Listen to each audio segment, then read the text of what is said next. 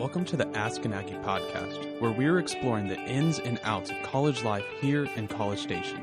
We want you to have the best college experience you can, so listen in as we dive into relevant topics that will help you navigate this new and exciting stage of life. Welcome, guys, to the Ask an Aggie Podcast. Today, we are talking about, am I ready for college?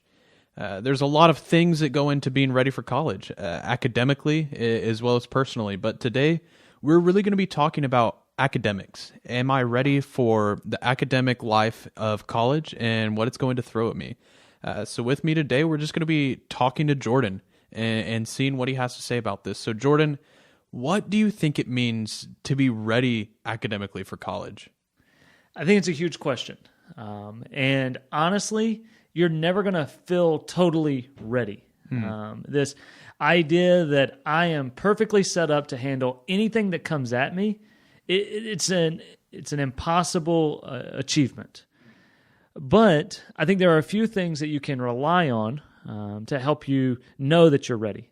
First thing is, if your high school gave you a diploma, that is a good step.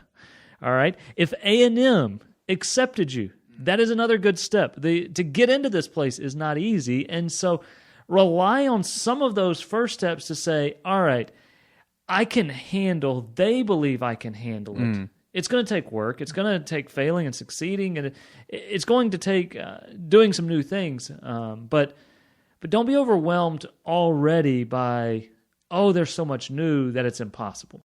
So we talk about, getting into A&M. We talk about seeing that your high school graduated you through. There are these standards that we can say, okay, sure, I've met these, therefore they believe in me and they empower me to take these steps towards college, towards furthering my education. But coming to college, especially a college like A&M, there's a huge range of backgrounds. Sure. There's going to be people who are coming from ultra-competitive college prep schools, and there are going to be people coming from high schools with barely any resources, no AP classes, no dual credit classes. Is there some other kind of standard that we need to meet to say, like, okay, well, he got a diploma from this incredible high school, and is there another standard that we should look at? What do you think there? Your preparation in high school is going to play a role in, especially in your first year, how you handle it.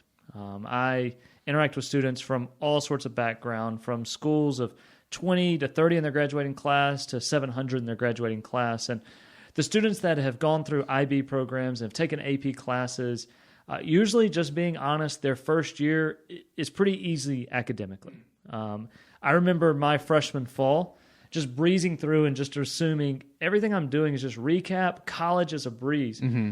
And then I kind of got a kick in the butt there my spring year, because I would just sit, honestly, it's embarrassing to admit, I would sit with headphones in my ears, and would just listen to music for some reason instead of the chemistry lecture, and just assume that would make it okay.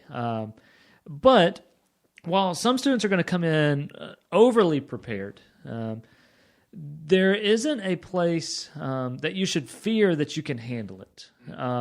If you didn't take the APs, if you're coming from a small school that didn't offer all of the extracurricular or help, if your ACT or SAT is not exactly where you were wanting it to be or comparatively as good as your roommates and the others around you, that's okay, because honestly, both in college and in life, a lot of it depends on how hard do you want to work. And if you're willing to put in the work, if you're willing to reach out to professors, if you're willing to attend study sessions, for the most part, you're going to be able to get through. You can use a GPA as a measuring stick, but at the end of the day, your GPA is not ever looked at once you really graduate. And so say I feel like I'm not ready. Sure. What should I do? It's summertime. Say I've graduated high school. I have a month, I have 2 months, whatever it is. Is there anything I should do in the meantime to prepare myself? Yeah, and this is going to sound funny because I don't think there's anything you can do academically to prepare yourself. I don't think that you need to be taking any YouTube classes or logging on and trying to stay up on your calculus. I don't think that's worth it. What I would encourage you to do is to reach out to some people that maybe have gone ahead before you.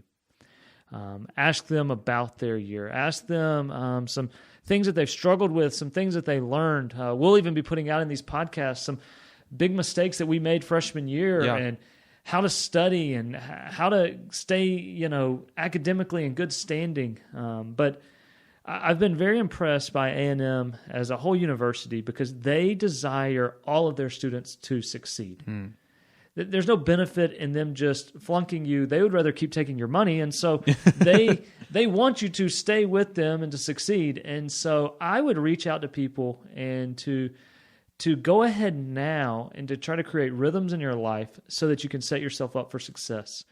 Probably the hardest rhythm for freshmen to overcome is laziness.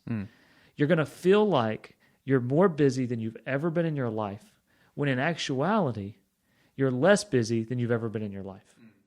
Most of you are coming from schools where you were in class from 7:30 to 3:30. You had an extracurricular for another hour, hour and a half, and you had an hour and a half of homework that had to be done that day to turn in. In college, you're not going to have any 9 straight hour days, much less 5 of them in a row. In college, it is going to depend on you doing the work and you being responsible with the freedom to be prepared for the days and the work that lays ahead. And so preparing your work ethic would be my greatest tip for anybody that doesn't feel ready. What I'm hearing you say is that in a lot of ways you can prep, you can talk to people, you can try to find out the best ways to go into this. But in a lot of ways, what I'm hearing is it's okay to not be ready. Yeah, that's when I got to thinking about this.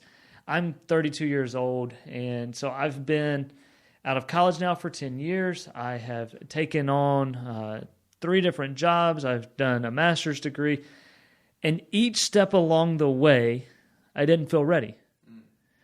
I didn't feel ready when I stepped into this job as a college pastor. I didn't feel ready when I stepped into a master's level class and people were using language that I didn't even know what it meant, and they used it just naturally. But I bet you can think back to times where you didn't feel ready, where you showed up at the tryout of the baseball team or for your musical instrument and you go, I don't know if I'm good enough. Or you think back to that summer before your 9th grade year and you go, I don't know if I'm ready for high school. I can't keep track of how big this school is and how my locker combination and all of these and how do I go to this class and this class and can I get there in 4 or 5 minutes?